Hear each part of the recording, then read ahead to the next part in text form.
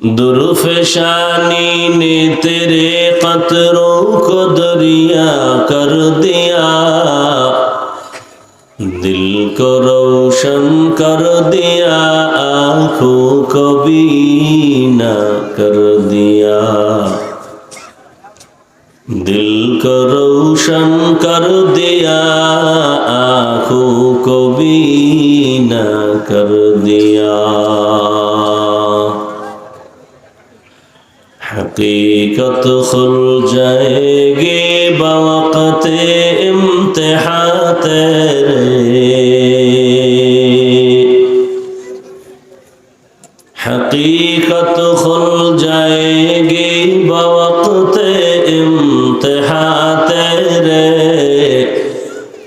कि सुस्ती में या मेहनत में गुजारी जिंदगी तूने, कि सुस्ती में या मेहनत में गुजारी जिंदगी तूने। मुहम्मद ने आकर कुफर को मिटाया,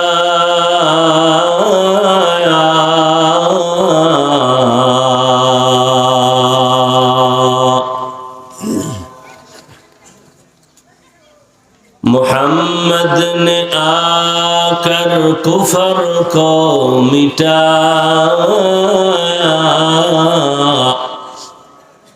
कुफर को मिटा कर सदाक़त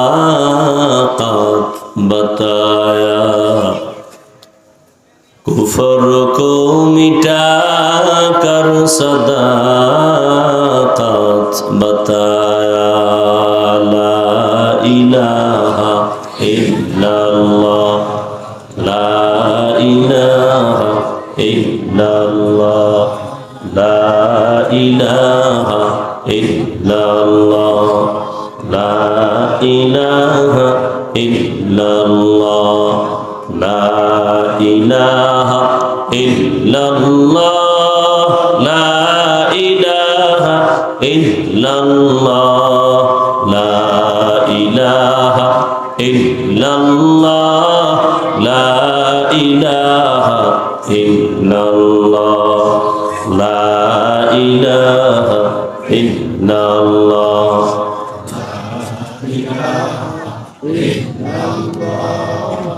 ला इलाहा इल्लल्लाह मुहम्मदुर রাসূলুল্লাহ।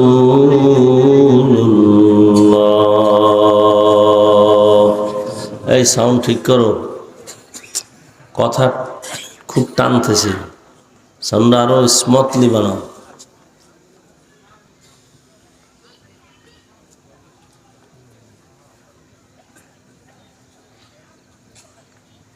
নড়ারকান্দি সমাজ কল্যাণ যুব সংগঠনের উদ্যোগে আয়োজিত 2 দিন ব্যাপী বার্ষিক ওয়াজ মাহফিল প্রথম দিন 6 জানুয়ারি 2025।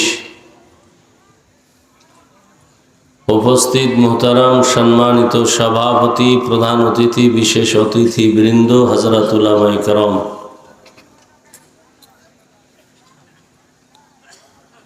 আল্লাহ পাকের দরবারে শুকর যে আল্লাহ আমাদেরকে সুস্থ রেখেছেন এবং এই বরকতি মজলিসে আসা বসার তৌফিক দান করেছেন। নিয়ামতের শুকর আদায়ার্থে ইমানের আওয়াজকে উঁচু করে এক আওয়াজে উচ্চ কণ্ঠে সকলেই কালিমাতুশ শুকর উচ্চারণ করি, আলহামদুলিল্লাহ। পিছন থেকে কি মাইক দেওয়া আছে? এদিকে ওদিক দিয়া শুধু পিছনে কয়টা? একটা, ওটা বন্ধ করো করে এই মনিটরের সাউন্ড বাড়ান, বক্সের সাউন্ড বাড়ান। দরুদ ও সালাম সৈয়দুল মুরসালিন রহমাতুল লিল আলামিন শফিউল মুজনিবিন খাতামুন নবিয়্যিন সৈয়দুস সাকলাইন ইমামুল মুরসালিন হযরত মুহাম্মদুর রাসূলুল্লাহ সবাই পড়েন সাল্লাল্লাহু আলাইহি, আবার পড়েন নবীজির নামে দরুদ পড়লে গুনাহ হবে না সওয়াব? বেশি বেশি দরুদের আমল করেন। দরুদ পড়লে দুনিয়ায়ও লাভ, আখিরাতেও লাভ।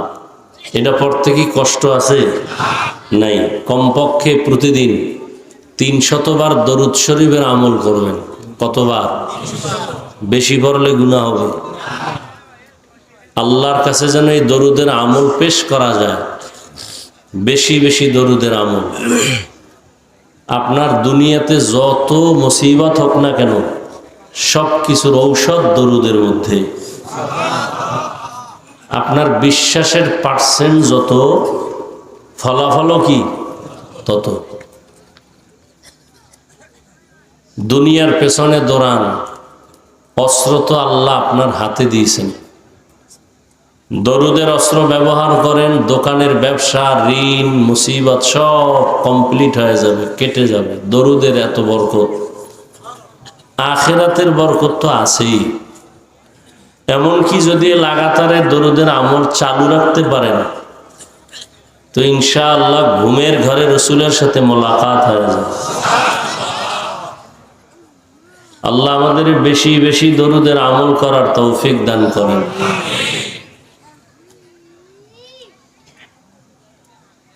উলামায়ে হযরত আলোচনা রেখেছেন, ইনশাআল্লাহ আগামীকালকেও রাখবেন, আপনারাও আসবেন। উলামায়ে কেরামের কথাগুলো সহি তরিকায় শ্রদ্ধার সাথে আমল করার তৌফিক দান করেন। উলামায়ে কেরামের ইজ্জতকে আল্লাহ বেশি বেশি বাড়ায় দেন। যারা উলামায়ে কেরামদের বিরুদ্ধাচরণ করে বিভিন্ন প্রক্রিয়ায়, লেখার মাধ্যমে, বলার মাধ্যমে, আল্লাহ তাদের হেদায়েত দান করেন। আমি আপনাদের দোয়া নেওয়ার আশায় হাজির হয়েছি এবং সংক্ষিপ্ত কিছু কথা বলার নিয়তে কোরআনে হাকিমের শেষের দিকে একটি আপনাদের পরিচিত সূরা ওয়াল আসরে সূরা তিলাওয়াত করেছি। নবীজির হাদিস থেকে এক টুকরো হাদিস পড়েছি। আয়াত ও হাদিসের আলোকে ইখলাস ও রুহানিয়াতের সমন্বয় কিছু কথা বলার মতো, আপনাদেরকে শুনবার মতো সহি তরিকায় সহি নিয়তে আল্লাহ আমাকে আপনাদের সকলকেই কবুল করেন। ওয়াল আসর, আসরের শপথ। ইন্নাল ইনসানা লাফি খুসর, নিশ্চিত পৃথিবীর সমস্ত মানুষগুলো জাহান্নামী। ইল্লা, কিন্তু, আমানু, আল্লাযীনা আমানু ওয়া আমিলুস সালিহাত, যারা ঈমান আনবে এবং আমলে সালেহ করবে। ওয়া তাওয়াসাউ বিল হক ওয়া তাওয়াসাউ বিস সাবর, ঈমান ও আমলের দাওয়াত অন্যকেও দিবে, যারা বিরুদ্ধাচরণ করে তাদেরকে বাধা প্রদানে ধৈর্য ধারণ করবে। এই গুণে গুণান্বিত যারা, এরা জাহান্নামে যাবে না। নবীজি বলেন, কুল্লু উম্মতি ইয়াদখুলুনাল জান্নাতা ইল্লা মান আবা। সাবধান হে উম্মত, দুনিয়ার সমস্ত উম্মত নবী বলেন জান্নাতে যাবে, কিন্তু যারা আমি মুহাম্মদকে মানে না, অস্বীকার করে, তারা যাবে না। কিলা মান আবা, সাহাবায়ে কেরাম বললেন, হে আল্লাহর রাসূল, আপনাকে মানে না, তারা কারা? নবীজি বললেন, মান আতাআনি দাখালাল জান্নাহ ওয়া মান আসানি ফাকাদ আবা।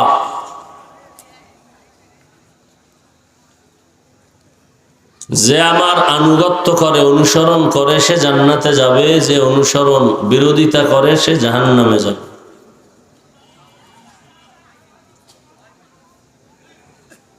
আয়াত ও হাদিসের তরজমা শেষ। হাদিসের উপরে 2-3 মিনিট একটু ব্যাখ্যা করি সামান্য। এদিকে মাইক নাই, এদিকে এই কোণার থেকে আওয়াজ আসে কেন? এদিকে কেন? ওই আওয়াজ আসবে কেন? এই বক্সের আওয়াজ থাকলে ওই আওয়াজ আসবে কেন? কমে এই বক্স ঠিক করো, কানে আওয়াজ স্পষ্ট না হইলে তো সমস্যা। একটু খেয়াল করবেন হাদিসে কি বলা হলো, সব উম্মত জান্নাতে যাবে, যারা নবী মানে না তারা যাবে না।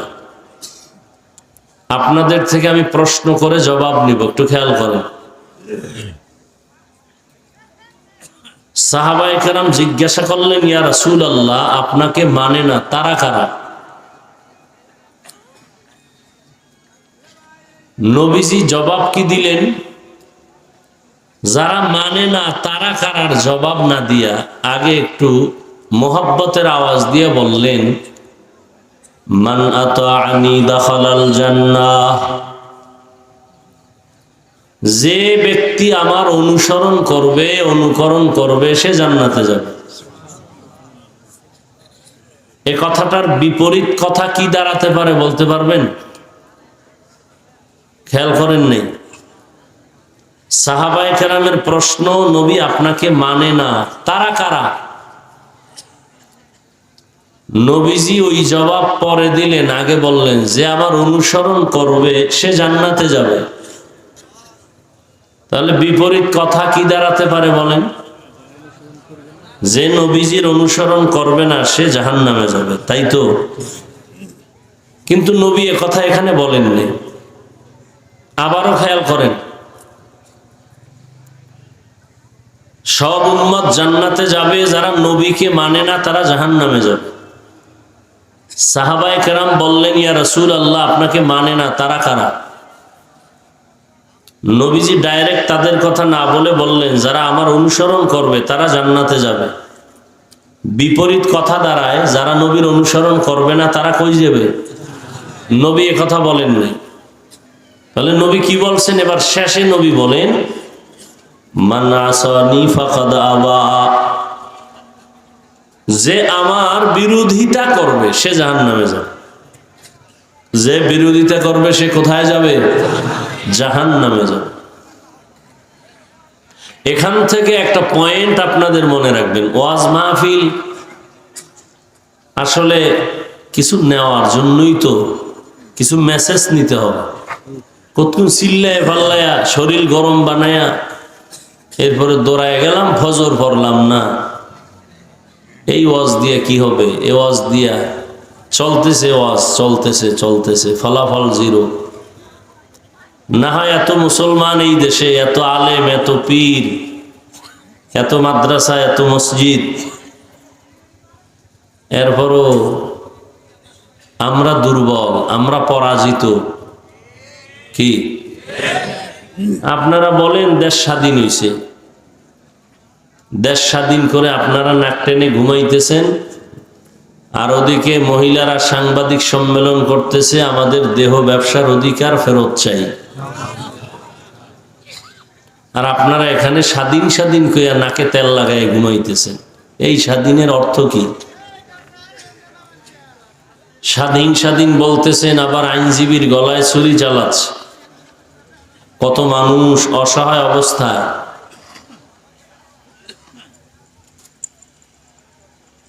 বড় কঠিন এক পরিস্থিতি আমাদের জীবনের উপর অতিবাহিত হতে চলছে।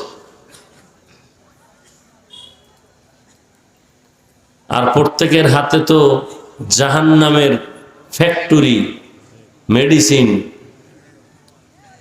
কি সবার। বাচ্চাও এই নিয়ে ব্যস্ত, বাবাও ব্যস্ত, মাও ব্যস্ত, সন্তানেরাও ব্যস্ত, হুজুরও ব্যস্ত, ইমাম সাহেবও ব্যস্ত, মুক্তাদিরাও ব্যস্ত। Mobile mobile. আল্লাহ সবাইকে হেদায়েত দান করুন। ছুরি একটা হাতে নিয়ে নিজের গলা কাটা, এটা ডাইরেক্ট দেখতে খুব খারাপ। আমাদের এই সমস্ত অঞ্চলে তো দোতলা ঘর হয় কাঠের, হয় না? তো আমাদের গ্রাম এলাকায় বলে কাঠ একটা পোকায় খায়, খায় না? কি কয় গনে খায় না, উপর দিয়া কমপ্লিট সুন্দর, ভেতর দিয়া ফুল আর ফুলটাই নষ্ট। এই মোবাইলওয়ালাদের উপর দিয়া যাও কিছু আছে, ভিতর কিচ্ছু নেই, চরিত্র নাই, লেখাপড়া নাই, চেহারা নাই। কি নাই সিল্লেস না, চপ।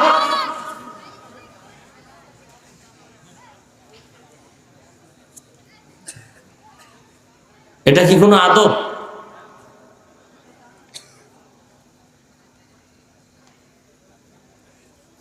একটা দূরের মানুষকে কথা শুনে না জোরে বলা যায়, মা বাবা পাশে বসা, সামনে বসা, হ্যাঁ কোনো সন্তান চিল্লানো আদব। কোনো আলেম সামনে বসা, এখানে চিল্লা চিল্লির কি আছে? আমি কথাগুলো বুঝাইতেছি, বুঝার কথা, এখানে তো চিৎকারের কিছু নেই। এটা তো আদব না মজলিসের।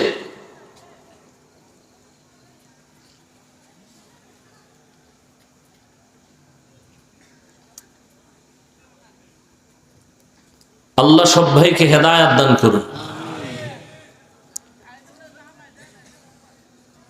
যারা মোবাইল চালায় তাদের কাছে অনুরোধ, বিশেষ করে আমার যুবক বাবারা, বাসায় গিয়া গুগলে সার্চ দিবা টাচ মোবাইলে শরীরের অঙ্গের কি কি ক্ষতি হয়।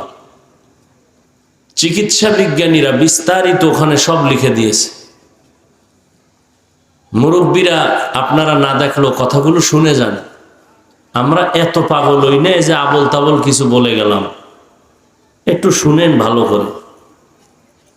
বাবা তো হইছেন, আলোচনাটাও শুরু করছি সূরা আসর দিয়া। মা বাবার জন্য খুব সতর্কবাণী আয়াতের মধ্যে আছে। কিয়ামতের দিন প্রত্যেক সন্তান পিতামাতার বিরুদ্ধে আল্লাহর আদালতে মামলা দিবে। কোরআন শরীফের আয়াত। বহু মা বাবা বড় বড় নেক আমল করিয়াও শুধু সন্তানের অপরাধের কারণে জাহান্নামে যেতে হবে, শুধু সন্তানের অপরাধের কারণে। এই মোবাইলের কারণে কিডনি ড্যামেজ হয়ে যাইতেছে, ব্রেন নষ্ট, হার্ট দুর্বল, লেখাপড়া নাই, চরিত্র নাই, চোখের পাওয়ার নাই, কানের পাওয়ার নাই। এই মোবাইলের কারণে কত সন্তানের সাথে মা বাবার দূরত্ব, স্ত্রী স্বামীর মাঝে দূরত্ব। এই মোবাইলকে কেন্দ্র করে কত সন্তান মায়ের সাথে বেয়াদবি, বাবার সাথে বেয়াদবি, ছাত্র হলে শিক্ষকের সাথে বেয়াদবি, উম্মত হলে আলেমের সাথে বেয়াদবি। এই একটা মোবাইলকে কেন্দ্র করে কত সন্তান মায়ের টাকা চুরি করে, বাবার টাকা চুরি করে, না দিলে বন্ধুর পকেট কাটে, না দিলে দোকানে চুরি করার সম্মিলিত চক্রান্ত করে। এক কথায় এই মোবাইলের কারণে আপনার মধ্যে, যুবকের মধ্যে কিছুই নাই, আছে একটা রূহ। আজরাইল যদি রুহটা নিয়ে যায় তো তুমিও নেই। তাহলে মোবাইল কি পরিমাণ ক্ষতি করছে, যা ভাষা নাই বলার।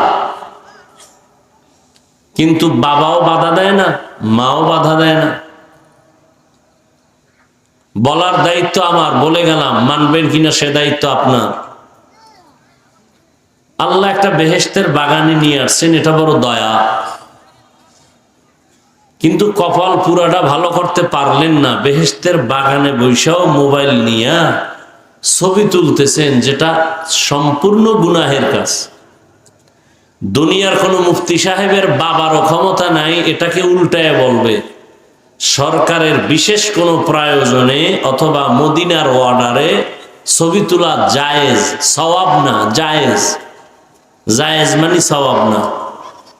ঠেকায় পড়ছেন, এখন কি করবেন? কহে এটা করা জায়েজ। আর একটা হলো জায়েজ না করা ভালো। যেমন আপনার মইরে যাবেন অবস্থায় এখন আপনার মরা গরু ওখানে আছে, তো মরাটা তো খাওয়া হারাম। কয় জান বাঁচানোর জন্য যদি আপনি মনে করেন তাহলে এটা জায়েজ, আপনার জন্য এটা আবশ্যকীয় না, জায়েজ। চাইলে আপনি এটা গ্রহণ করতে পারেন। কিন্তু বেহেশতের বাগানে যে এমনে এমনে ছবি তুলেন, এটা হারাম, হারাম, হারাম, কবিরা গুনাহ, কোনো সন্দেহ নেই। করতেছেন, আমরাও আপনাদের সাথে ঝগড়া করি না। যাও বলি খুব নরম হইয়া বলতেছি, যাতে আপনার অন্তরে গিয়া ধাক্কা না লাগে, বাড়ি না লাগে, কষ্ট না পান। এরপরও কষ্ট পেয়েই যান। এরপর আবার ফাঁকে ফাঁকে কই আল্লাহর হস্তে মাফ করে দিয়েন, বেয়াদবি নিয়েন না। আর কিভাবে বুঝাবো বলেন তো? এখানে আমার ব্যক্তিগত কি স্বার্থ? কোনো স্বার্থ নাই। স্বামী আর স্ত্রীর মাঝে আজকে দেওয়াল হয়ে গেছে, দেয়াল, পর্দা এই মোবাইল। মা বাবা সন্তানের মাঝখানে আজকে দেয়াল হয়েছে ঝগড়ার এই মোবাইল। তাজা তাজা প্রাণ কেড়ে নিয়েছে এই মোবাইল। বেহেশতের বাগানে বসছেন, করতেছেন মোবাইল হাতে নিয়ে কবিরা গুনাহ। আপনার কত ভাব তা তো বলাই যায় না, কি ভাবে আপনি আছেন। খুব পাওয়ার নিয়ে বসছেন। আপনি বলবেন পাশের এক বন্ধুরে, এত হুজুর ওয়াজ করে, কেউর লাগে না, ওনার এত লাগে কেন? এই ওনারে বাদ দাও। আমগো আকাম বাদ দেওয়া যাবে না, হুজুর বাদ দাও, আমগো আকাম চলবে। ওয়াজ উপলক্ষে মার্কেট, দোকানপাট, বেলুনের দোকান, খেলনার দোকান, সেখানে আবার আলাদা আর এক জগৎ। এটা বেহেশতের জগৎ, এটা জাহান্নামের জগৎ। ওখানে মেয়েরাও ঘুরে, যুবকেরাও ঘুরে, যুবতীরাও ঘুরে, নারী পুরুষ ঘুরতেছে। তাহলে 2 দিন ব্যাপী বেহেশতের বাজার, ঠিক পাশে আছে জাহান্নামের বাজার। কি ওখানের ওই কবিরা গুনার দায়ভার কারা নিবে? হ্যাঁ, এক জায়গায় গিয়া দেখি বয়ান কততম, 22তম তাকে বার্ষিক মাহফিল। কমিটির লোকেরা ডাকলাম। কারা কমিটির? সভাপতি, সেক্রেটারি, 5টা 6টা এলো। নামাজও পড়ে না, দাড়িও রাখে না। তুমি 22 বছর ওয়াজ করাও, তোমার হেদায়েত হয় না কেন? কিসের ওয়াজ করাও? মানুষকে দেখাও বাপ, মাস্তানি, বাহাদুরি। যে আমরা 3 দিন ওয়াজ করি, আর এক দল চেয়েছে কঠিন ভাবে আমরা 4 দিন করাও। ওরা কোন বক্তা আছে? এই লেভেল। আমরা হাই লেভেলের বক্তা নিয়ে আসবো, দেখাই দিই। দেখাই দিতেছে, দেখায় দেওয়ার না বয়ান চলে, হেদায়েতের বয়ান চলে না। গাছ ভালো হলে ফল ভালো হবে।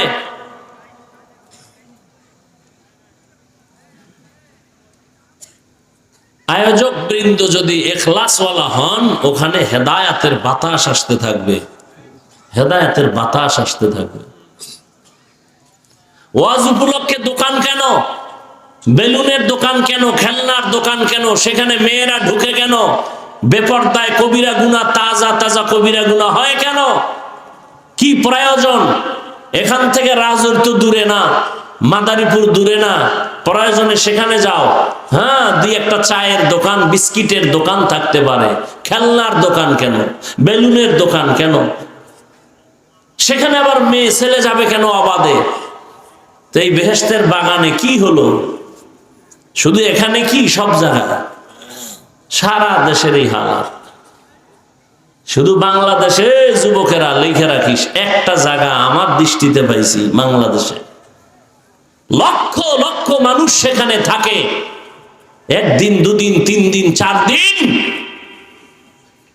শত শত দোকান, একটা খেলনার দোকান নাই। লক্ষ লক্ষ মানুষ সেখানে থাকে, বয়ান শুনে। মহিলা কেন, একটা বাচ্চা মেয়েকেও 3-4 দিন ওই পুরো অঞ্চলে খুঁজে পাওয়া যাবে না। একটা জায়গা আছে বাংলাদেশে যেটার নাম শুনলে তোর ঘুম হারাম হয়ে যায়, কলিজা জ্বলে। আদ্রসী না? কোথায়? দুনিয়ার সব জায়গায় ঘুরলি, ওখানে যাইতে ভাল লাগে না? না, কত ডাকাত, কত সন্ত্রাসী তসবি হাতে নিয়ে, পাগড়ি নিয়ে জিকিরের লাইনে দৌড়াচ্ছে। আর তুমি এখানে ভাই ফেসবুকে বিরোধিতা করো না? মাহলায় তোমার কপালটা আলাদা বানাইছে, যে কারণে রসুলের বয়ানেও কালেমা পড়ে না। কেমন কপাল! যেই রসুলের চেহারা মোবারক দেখলেই মোহব্বত লাগায় জাহান্নাম হারাম, একদিন দুদিন না 13 বছর পর্যন্ত দেখলো, বয়ান শুনলো, কালেমা কপালে আসলো না। এর নাম কপাল। এই নিকৃষ্ট বেঈমানকে জানেন, যে রসুলকে দেখলে পেটের ক্ষুধা থাকে না, এত বরকতি নবী আমার, সেই রসুলকে 13 বছর দেখেও কালেমা পড়ে না। নিকৃষ্ট এই বেঈমানকে। আর অন্যদিকে 27 বছরের একটা যুবক তরবারি নিয়ে দৌড়ায়, নবীকে জবাই করে ফেলবে। কয় বছরের? নবীরে দেখেই তরবারি ফালায় কয়, নবী মাফ করে দেন, কালেমা পড়ে। এর নাম কপাল। তো নবী বললেন, সব উম্মত জান্নাতে যাবে, যারা আমাকে মানে না তারা যাবে না। সাহাবায়ে কেরাম বললেন, ইয়া রাসূলুল্লাহ, আপনাকে কারা মানে না, অস্বীকার করে, তারা কারা? রহমতের নবী বললেন, আমার অনুসরণ যিনি করবে তারা জান্নাতে যাবে, যারা বিরোধিতা করবে তারা জান্নাত পাবে না, জাহান্নামে যাবে। এখান থেকে আমরা কি শিক্ষা পেলাম, এইটা বুঝাইতে গিয়ে দূর আসলাম যে অশুনা না, কিছু নিতে হবে। গুনাহ নিয়ে ঢুকছি, গুনাহ মুক্ত হয়ে বের হব, এই নিয়ত নিয়া কয়দিন আর বাহাদুরি করবেন?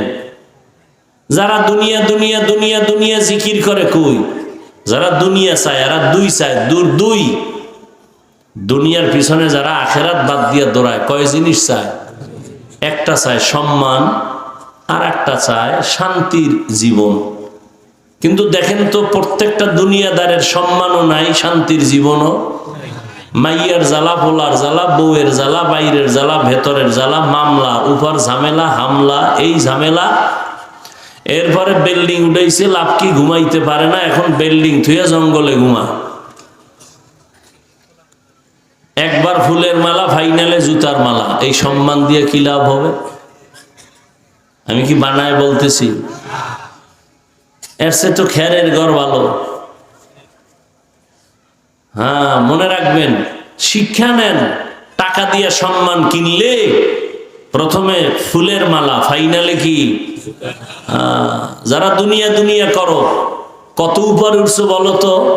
আর আমরা যারা আখেরাত আখেরাত করি, আমরা কত নিচে নামছি বলো তো?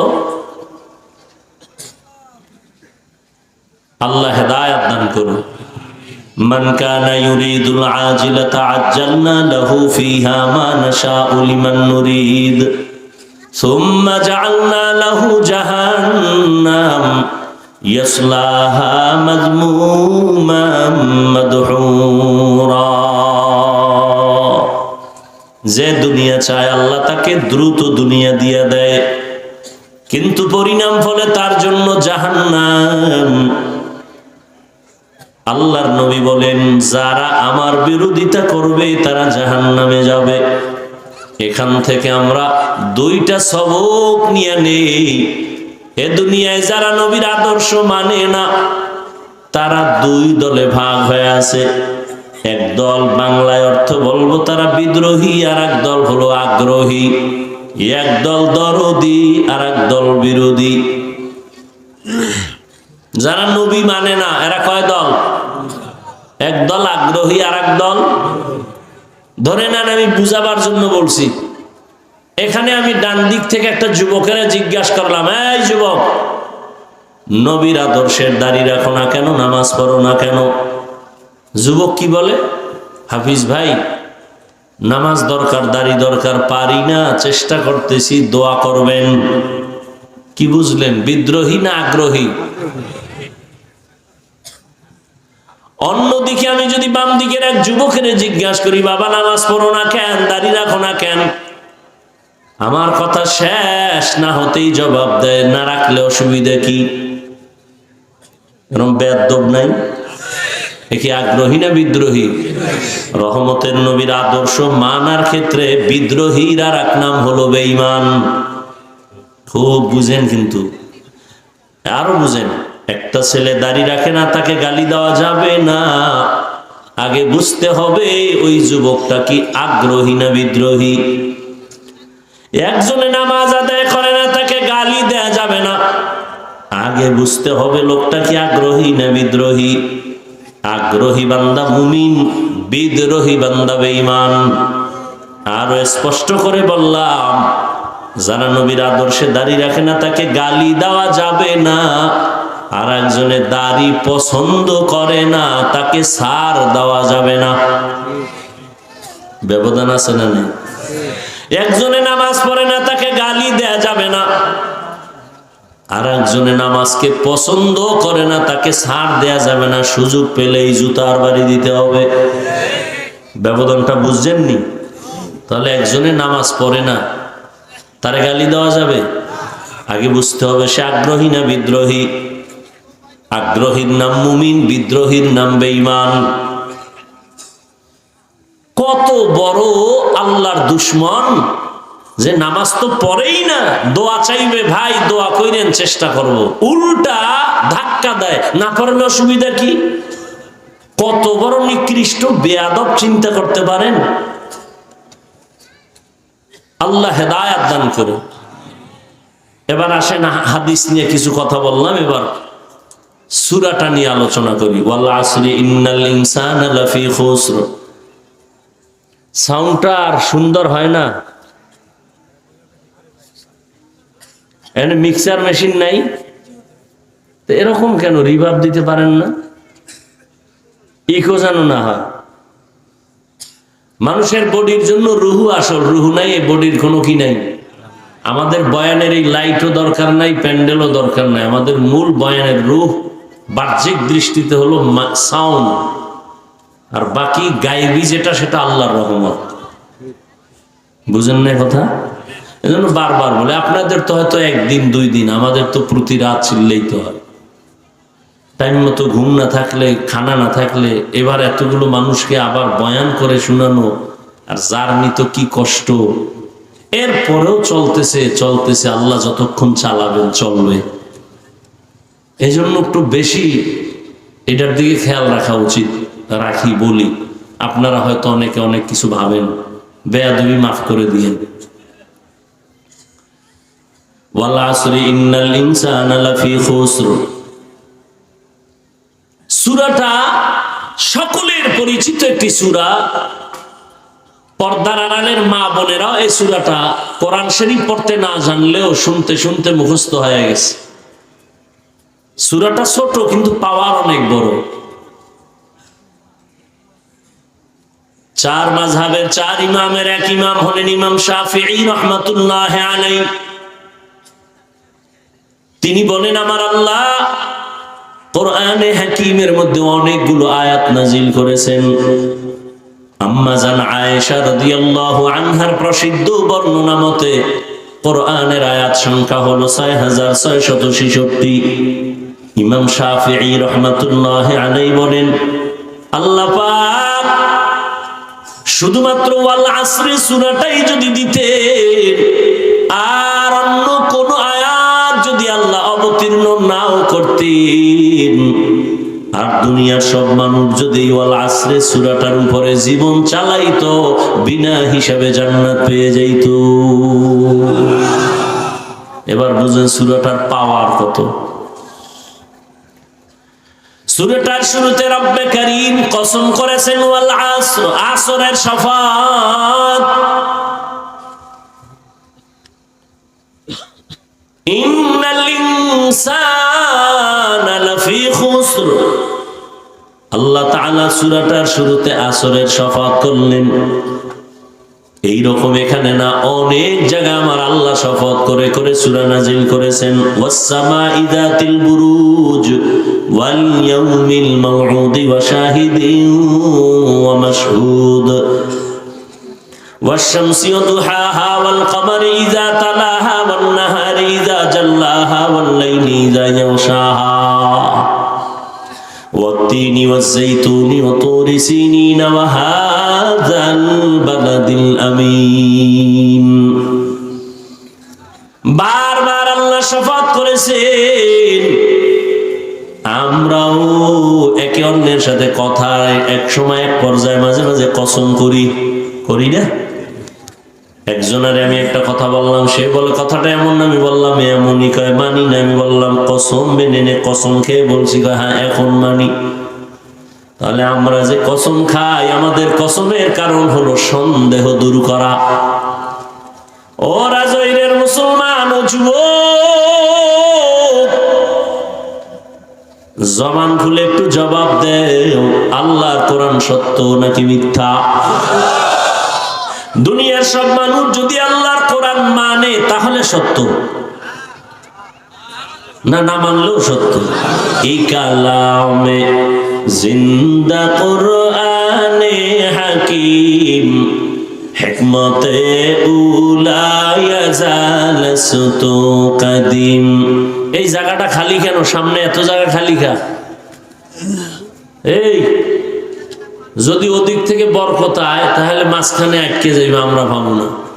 আর এদিক দিয়ে যদি বরকত শুরু হয় তাহলে ওদিকে পাইবো না, মাঝখানে জায়গা খালি। এই বুদ্ধি দিছে কে তোমার? এনে ওগুলা দিয়ে মানুষ বসাইও, এই বরকত নষ্ট হয়, বুঝাইতে পারি না, যার মনে যা চায়। ওই যে বললাম না, বেশি কিছু বললে বলবে বক্তা বাদ দাও, আমগো যা করি এটা বাদ দেওয়া যাবে না। এ কথা কেউ বলবে? বলেন তো। এই মাঝখানে এটা ফাঁকা কেন? এই কোনো বক্তা বলবে? বক্তা অস করতে এসে অস করে চলে যাবে, এত টেনশনের টাইম কি? আর আমার তো মাথায় বাড়ি লেগে গেছে যে বরকত তো কমে যাব। আমার তো মাথার মধ্যে এটা ঢুকছে যে এত ফাঁকা তো রাখা যাবে না। এই এত ফাঁকা রাখে নামাজ হবে? কেন হবে না? কারণ নাই? বলেন না কেন কারণ নাই? তাহলে ওখানে কারণ থাকলে এখানে থাকবে না কেন? নামাজের কাতারে এত ফাঁকা হয় তো এটাও তো একটা বরকতি মজলিস, এত ফাঁকা হবে কেন? বরং রসুলের সুন্নত কি 3 জায়গায় ফাঁকা রাখবা না। কয় জায়গায়? 3 জায়গায়। নামাজের কাতারে আর দ্বীনি মজলিসে। শয়তান মাঝখানে জায়গা নেই, এই মাঝখানে তো শয়তান বয়ে রয়েছে। হয়তো ওদিকের বরকত হইলে আমরা পাবো না, এদিক দিয়ে শুরু হইলে আপনারা পাইবেন। কথা বুঝেননি? বেয়াদবি মাপ চাই ভাই, মুরব্বীরা আপনাদের দোয়া নিয়েই তো চলে। আমার তো আর এলেম কালাম কিচ্ছু নেই, তারপরও চাই যে আল্লাহর মহব্বত থেকে যেন আমরা কেউ বঞ্চিত না হই।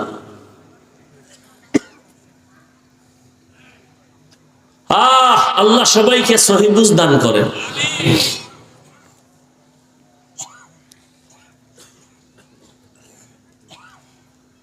তো আল্লাহ পাক শপথ করলেন কেন? কোরআন তো সত্য, কেউ মানুক আর না মানুক, মানলেও সত্য না মানলেও সত্য। আল্লাহর কথা তো সবই সত্য। কসম কাটলেন কেন? আমরা কসম কাটি সন্দেহের জন্য, দূর করে দেই। আল্লাহর কোরআনে কি সন্দেহ আছে? তাহলে আল্লাহ কসম খাইলেন কেন? বারবার কসম খাইলেন। তিনের কসম, জাইতুনের কসম, তুরে সিনার কসম, নিরাপদ শহর মক্কা নগরীর কসম কেন খাইলেন? এর বিস্তারিত কথার সংক্ষিপ্ত জবাব হলো, আল্লাহর সব কথাই সত্য, গুরুত্বপূর্ণ, তবে কসমের কথাটা আরো গুরুত্বপূর্ণ বুঝাবার জন্য। 2 নাম্বার কথা হলো, আল্লাহ যেই জিনিসের উপর কসম করবেন ওই জিনিসটা অনেক দামি, এটা বুঝাবার জন্য। যেমন ওয়াল আসর, আসরের শপথ করলেন, আসর বড় দামি একটা সম্পদ। আসমানের কসম করেছেন, আসমান বড় একটা অমূল্য সম্পদ। জমিনের কসম খেয়েছেন, জমিন বড় দামি একটা সম্পদ। সূর্যের কসম খেয়েছেন, সূর্য বড় দামি একটা সম্পদ। দুনিয়ার বড় বড় বড় বড় বেঈমান ওই সূর্য দেখা চিন্তা করে করে কালেমার পতাকায় ঢুকছি। এত বিশাল সূর্য কে বানাইলেন? এটা কেমনে চলে? সকালে ঘুরতেছে ঘুরতেছে ঘুরতেছে, আবার সারা দুনিয়ার মানুষের আলো দিয়া আবার জাগায় সকালে সেই সূর্য হাজির। আল্লাহ তাআলার এগুলো এক একটা নিদর্শন। আসমান একটা নিদর্শন। এই প্যান্ডেল টানাইতে কত পরিমাণ খুঁটি, আরো পারলে ডেকোরেটর ওয়ালারা আরো খুঁটি দিতে চায়। এই প্যান্ডেলে এতগুলো খুঁটি যদি দেওয়া লাগে, আল্লাহর আসমান 7টা আল্লাহ টানায় রাখছেন, কোনো খুঁটির কোনো প্রয়োজন হলো না। নিচের থেকে খুঁটি নাই, উপর থেকে রশির কোনো টানাও নাই। এগুলো জ্ঞানী যারা ভাবতে থাকবে আর বলবে রব্বানা মা খালাকতা হাযা বাতিলা সুবহানাকা ফাকিনা আযাবান নার। আল্লাহ তুমি অনর্থক কিছু বানাও নাই। আসরের শপথ করে আল্লাহ বুঝাইলেন আসর বড় দামি, এটাকে তুমি যদি দাম দাও তো তোমারও দাম বেড়ে যাবে। এরপরের কথাগুলো আরো গুরুত্বপূর্ণ। আল্লাহ বলেন ইন্নাল ইনসানা লাফি খুসর। কসম খাইয়া কথাটার গুরুত্ব বাড়াইলেন, আবার ইন্না নিশ্চয়ই তাকিদ দিলেন। সব দুনিয়ার মানুষ অবশ্যই জাহান্নামী। দেখেন তো, একদিকে কসম খাইলেন, আবার তাকিদ দিলেন দুইটা। ইন্না এক তাকিদ, লাফি লাম তাকিদ, বারবার তাকিদ দিয়া বললেন দুনিয়ার সব মানুষগুলো জাহান্নামী, একজন মানুষও বাদ নাই। আল ইনসানের আলিফ লাম ইস্তেগরাকি, সব মানুষ। বাংলাদেশের প্রতিটি মানুষ জাহান্নামী, আমেরিকার মানুষ জাহান্নামী, লন্ডন লেবাননের মানুষ জাহান্নামী। এক কথায় জমিনের একটা মানুষও জাহান্নামী না বলার কোনো উপায় নাই। এই আয়াত তার দলিল, সব মানুষ জাহান্নামী। তুমি এটারে হালকা মনে করবা, শপথের সিল লাগাই দিছে, ওয়াল আসর, শপথ, কোনো সন্দেহ করা যাবে না। এরপরে আবার ইন্না নিশ্চয়ই, আরো মজবুত, লাফি খুসর, অবশ্যই জাহান্নামী। এতগুলো কথা এত তাকিদ দিয়া শোনার পরে কি মনে হয় আল্লাহর কথা মিথ্যা? সব মানুষ জাহান্নামী, কসম খেয়ে কইছেন, তাকিদ দিয়ে কইছেন, সন্দেহ করা যাবে? তাহলে এবার আর নামাজ রোজা কইরা লাভ কি? আল্লাহ শপথ কইরেই যদি বলে সব মানুষ জাহান্নামী, তাহলে আর ইবাদত করে লাভ কি? কথা কি শেষ? আল্লাহ কয় যতই তাকিদ দিছি, কিন্তু নামের ব্রেক লাগায় দিছি, ইল্লা কিন্তু।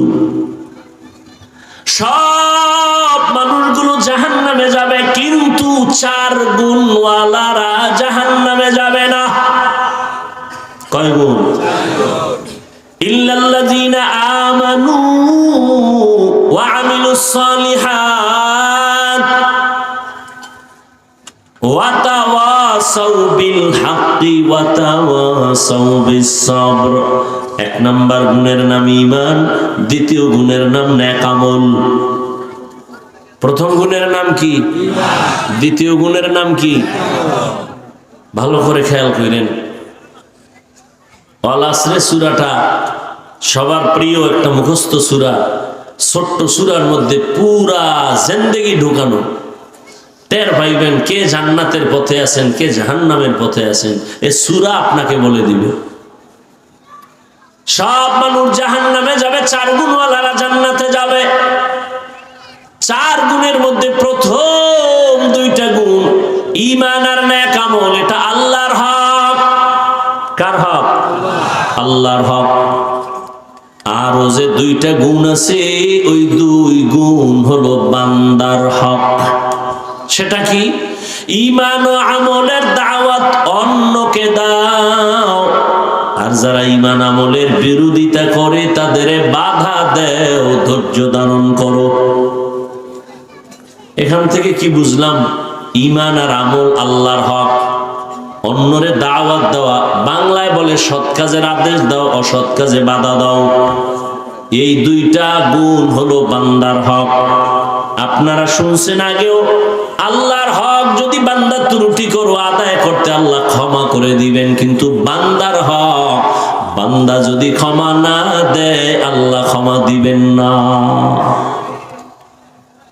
তাহলে যারা আমরা ঈমানওয়ালা, আমলওয়ালা, আমাদের মাত্র আল্লাহর হক আদায়ের পথে আমরা আছি, ঈমান আছে, আমল আছে, মাত্র আল্লাহর হক আদায়ের পথে আছি। কিন্তু জান্নাত পাওয়ার জন্য 4 গুণ লাগবে, আরো 2টা গুণ হলো বান্দার হক। ঈমান আমল আমি একা আনলে হবে না, অন্যরে দাওয়াত দেওয়া লাগবে, ঈমান আমলের দাওয়াত। যারা বিরোধিতা করবে বাধা দেওয়া লাগবে। অতএব যারা শুধু ঈমান আনছি, নেক আমল করি, জিকির করি, তাহাজ্জুদ পড়ি, পীরের কাছে যাই, তাবলীগে যাই, এখনো কিন্তু জান্নাত রেডি না।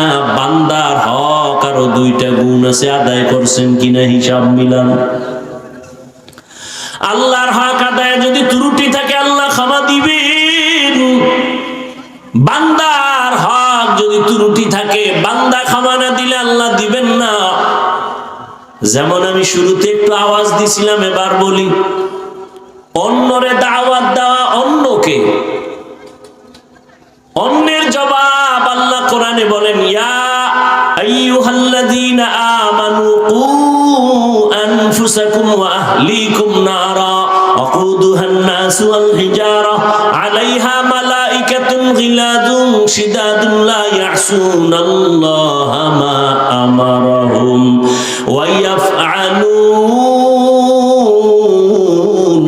মা ইউমারুন।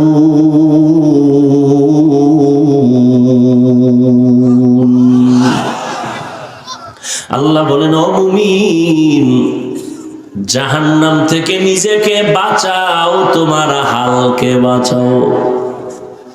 প্রত্যেক মা বাবার জন্য আহাল তার সন্তান, স্বামীর জন্য আহাল তার স্ত্রী, শিক্ষকের জন্য আহাল তার ছাত্র, ইমাম ও খতিবের জন্য আহাল মসজিদের মুসল্লি, ওয়ার্ডের মানুষ, মেম্বারের আহাল, চেয়ারম্যানের আহাল, ইউনিয়নের মানুষ, সরকারের আহাল গোটা দেশবাসী, ওলামায়ে কেরামের আহাল গোটা দুনিয়ার মুসলমান উম্মত। মা বাবা জাহান্নাম থেকে নিজেকে বাঁচাবেন, তারপরের দায়িত্ব আপনার সন্তানের বাঁচাবেন। স্বামী, আপনি জাহান্নামের আগুন থেকে নিজেকে বাঁচাবেন, তারপরের দায়িত্ব স্ত্রীকে বাঁচাবেন। শিক্ষক, জাহান্নামের আগুন থেকে নিজেকে বাঁচাবেন, তারপরে দায়িত্ব আপনার আহাল ছাত্রকে জাহান্নামের আগুন থেকে বাঁচাবেন।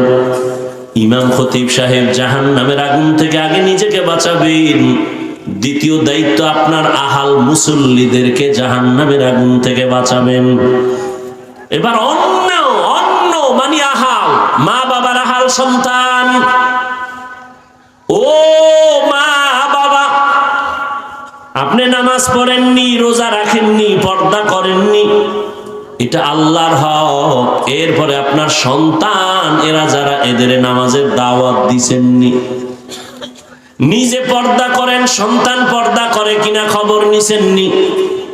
কিয়ামতের দিন আল্লাহ সন্তানদের ডাকবেন আর জিজ্ঞাসা করবেন, এই সন্তান, নামাজ পড়ছনি? বলে পড়ি নাই। রোজা রাখছনি? বলে রাখি নাই। কেন? এবার সন্তান বলবে, আমার কোনো দোষ নাই, আমি দুধের দোয়া। তা সমস্যা কি? আমার আব্বা আম্মা সব ঝামেলা। তাই বলে, হ্যাঁ, দলিল কোরআনের আয়াত, সূরা আহজাব ৬৭ নম্বর আয়াত। সন্তান বলবে, রব্বানা ইন্না আতা'না সাদাতানা ওয়া কুবারানা ফাআদাল্লুনাস সাবিলা। ও আল্লাহ, আমি বেনামাজি হই নাই, আমার মা বাবা আমারে বেনামাজি বানাইছে। রমজানে আমার আম্মা মাঝে মাঝে বলতো, সাহারি খাইয়া রোজা রাখ। আব্বাজান কইছে, খবরদার, চেহারা নষ্ট হয়ে যাবে। এরম বাপ নাই? রোজা রাখলে কি নষ্ট হবে? ওই আব্বাজানের জিজ্ঞাসা করতে মনে চায়, এই বাপ নামের কলঙ্ক, রোজা রাখলে চেহারা নষ্ট হবে? এবার তাকায় দেখো, মোবাইল চালাইয়া সারা রাত রুমের মধ্যে গুনাহ কইরা কইরা চেহারা ভাঙছে। এটা ঠিক কর। সারাটা রাত তোমার সন্তান দরওয়াজা জানালা বন্ধ করে মোবাইলের দিকে তাকাইয়া তাকাইয়া কবিরা গুনাহ, কবিরা গুনাহ, কবিরা গুনাহ দেখে দেখে চেহারার মধ্যে নূর নাই, চেহারাটা নষ্ট। তোমার এই সন্তানের চেহারাটা ভালো বানাইবা কেমনে? বিয়ার আগেই চেহারাটা নষ্ট হয়ে গেল, যৌবনও শেষ, জীবনও শেষ। বাবায় বাধা দিল, সন্তান মানবে না, কারণ যেই সময় বাধা দেওয়ার নিয়ম ছিল সেই সময় মা বাবায় আদর দিছে, আরো করো, সময় মতো বাধা দেয় না। দুনিয়াটা উল্টে গেছে কেমনে জানেননি? প্রত্যেক সন্তান মা বাবারে ভয় করবে, আর এখন উল্টা মা বাবা সন্তানেরে ভয় করে, কখন পিডায়।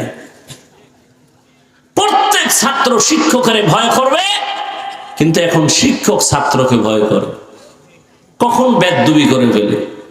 লিকুল্লি শাইইন জিনাতুন ফিল ওয়ারা ওয়া জিনাতুল মারই তামামুল আদাবি। আজ খোদা খাহি মে তৌফিকে আদব বেআদব মাহরুম গাশত আজ ফজলে রা। ও পর্দার আড়ালের আম্মা জানেরা, ও আমার বৃদ্ধ বাবাজি,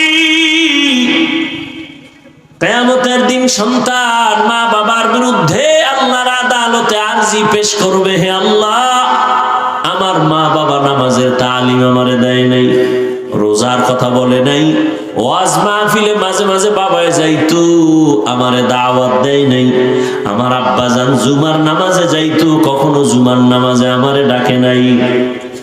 এবার আল্লাহ কইব, ঠিক আছে, সব মাইনে নিলাম, তুই বাবার কারণে পড়ো নাই, আচ্ছা তোরে না আমি একটা বিবেক দিছিলাম ভালো মন্দ যাচাই করার, কাহা দিছিলেন? দেখো না কত সন্তান মা বাবা চায় না নামাজ পড়ুক, এরপরও মা বাবার কথা ডেঙ্গিয়ে গিয়ে নামাজ পড়ে নাই। তুই বললি না কেন, ভালোটা গ্রহণ করলি না কেন? সন্তান বলবে, আল্লাহ এটা আমার বিবেকের সাথে অন্যায় করে ফেলেছি। কথা হলো আমার তো এটা ইনসাফের আদালত, আজকে বিবেকের বিচার হবে। দাঁড়া, ইন্নাস সামআ ওয়াল বাসারা ওয়াল ফুআদ কুল্লু উলাইকা কানা আনহু মাসউলা। চোখের বিচার হবে, কানের বিচার হবে, দেমাগের বিচার হবে, বিবেকের বিচার হবে। আল্লাহ যখন এই কথাই বলবেন, সন্তান বলবে আমার একটা দাবি আছে। কি আছে? আল্লাহ, যেই মা বাবার কারণে দাড়ি রাখতে পারি নাই, মা বাবার বয়ানের অভাবে নামাজি হতে পারি নাই, ও আল্লাহ আমার দাবি হইল, আমারে যদি তুমি ফিডা একটা দেও, আমার মা বাবারে দুইটা দেওয়া লাগবে। আমারে যদি শাস্তি যা দেও, আমার মা বাবারে ডবল শাস্তি দেওয়া লাগবে। কোরআনের আয়াত, রব্বানা আতিহিম যিফাইনি মিনাল আযাব ওয়ালআনহুম লা'নান কাবীরা। সূরা আহজাব 67 নম্বর আয়াত। মোবাইলে কোরআন শরীফ বাংলাটা ডাউনলোড কইরা সূরা আহজাবের 67 নম্বর আয়াতে সার্চ দিয়া ব্যাখ্যা দেখবেন। কোরআন কিনার মতো তো আপনার কাছে টাকা নাই, জুতা কিনার টাকা আছে, অন্য সব কিনার টাকা আছে, মাওলার কোরআন কিনে যে ঘরে রাখবেন, দেখবেন ওই কপাল নাই। ওই যে বললাম কপাল যদি পুড়ে যায়, তা আমি কেন, রসুলের বয়ানও কপালে কালেমা আসে না।